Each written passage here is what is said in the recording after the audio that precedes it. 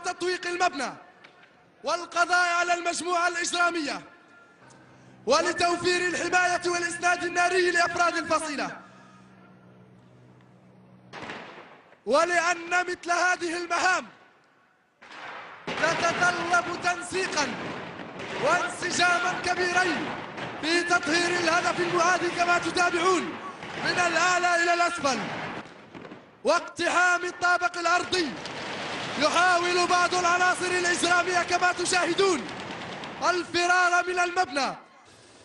تعرضت إلى اعتداء من قبل مجموعة إرهابية مسلحة التي احتجزت طاقم السفينة كرهائن مقابل الحصول على فدية.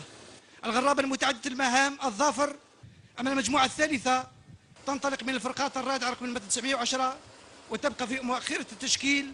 إن الهدف الذي تسعى من أجله القوات البحرية يتمثل في اكتمال جهاز عملياتي.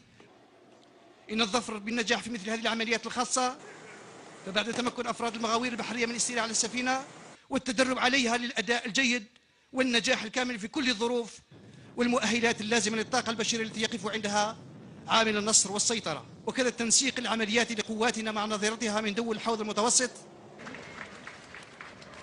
مختصة في صناعة الرجال، وخير الصناعة صناعة الرجال. نحن للمجد بنات، نحن دوما أقوياء.